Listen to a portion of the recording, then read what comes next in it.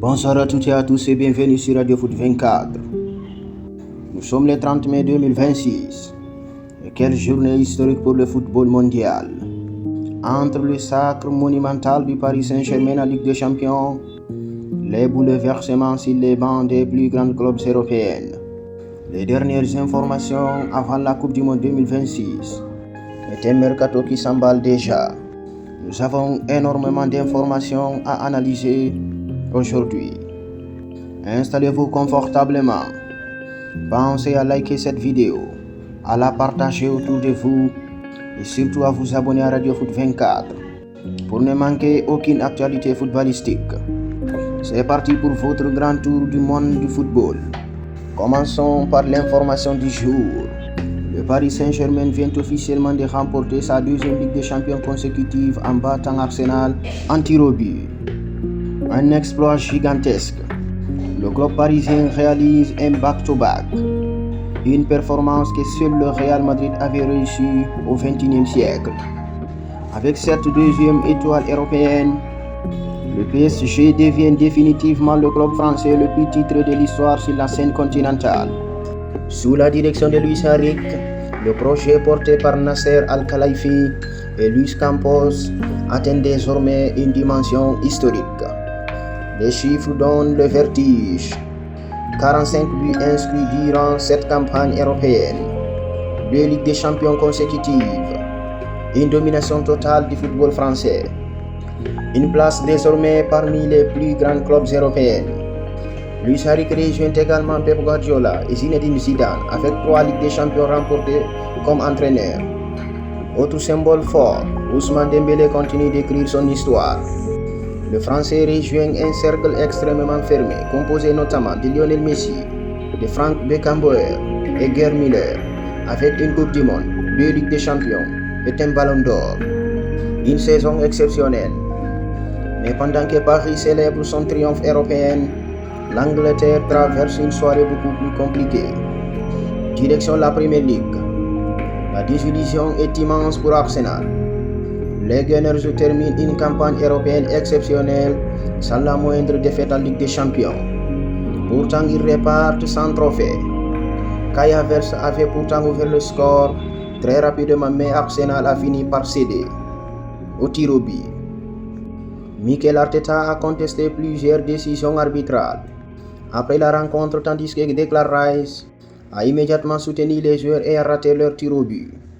Pour Bukayo Saka, la malédiction continue. Euro 2020 perdu, Euro 2024 perdu, Ligue Cup 2026 perdu, Ligue des Champions 2026 aussi perdu. Des statistiques qui font mal. Mais le plus gros séisme anglais du jour concerne Liverpool. Le club a annoncé officiellement le départ d'Arne Slot. Le technicien néerlandais quitte Anfield après avoir remporté la Premier League la saison dernière. Selon plusieurs sources, Andoni Iraola est désormais le grand favori pour prendre la succession. Pierre Sage et Sébastien Haller figurent aussi parmi les candidats étudiés.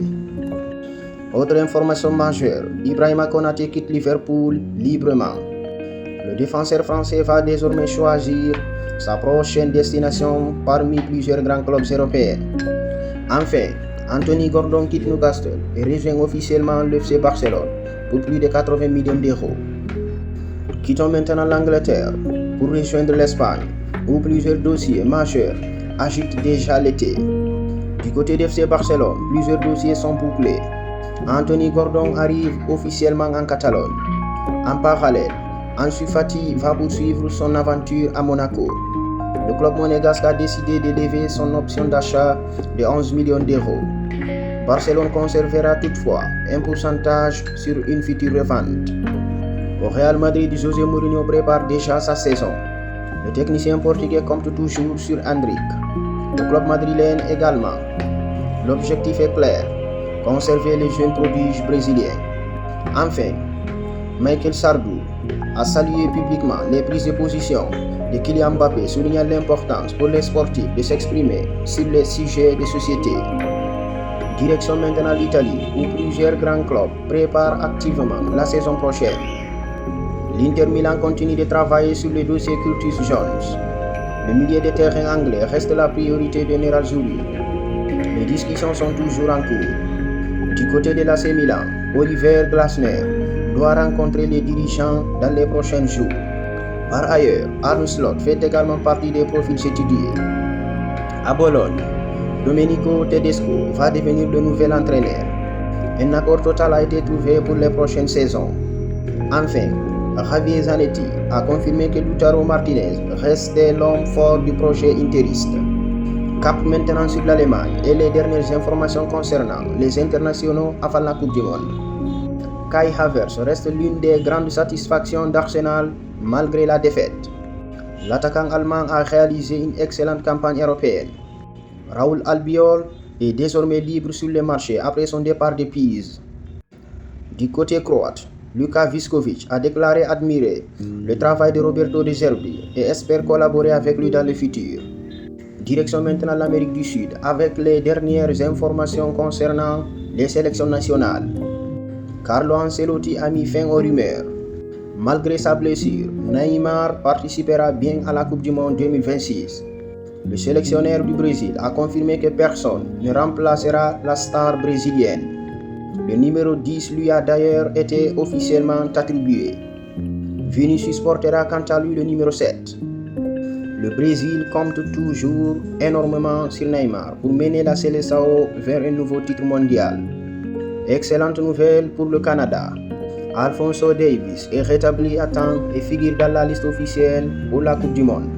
Un renfort majeur pour l'un des pays organisateurs. Nicolas Otamendi rejoint officiellement River Plate. Le vétéran argentin revient ainsi dans son pays pour poursuivre sa carrière. Avant de conclure, faisons un rapide point sur les faits marquants en dehors des terrains. Plus de 20 000 supporters ont célébré le sacre du PSG sur les Champs-Élysées. Emmanuel Macron a félicité officiellement le club parisien. Aya Nakamura a participé aux célébrations. Le Parc des Princes ouvrira ses portes pour une grande fête populaire. Le PSG affrontera Aston Villa lors de la prochaine Supercoupe d'Europe. Quelle journée historique pour le football mondial. Le PSG entre dans une nouvelle dimension avec une deuxième Ligue des Champions consécutive. Liverpool ouvre un nouveau chapitre avec le départ d'Arne Slot. Le marché des transferts commence à s'enflammer. Et la Coupe du Monde 2026 approche désormais à grands pas avec Neymar, Alphonso Davies et toutes les stars du football mondial prêtes à entrer en scène. Merci d'avoir suivi cette édition spéciale de Radio Foot 24.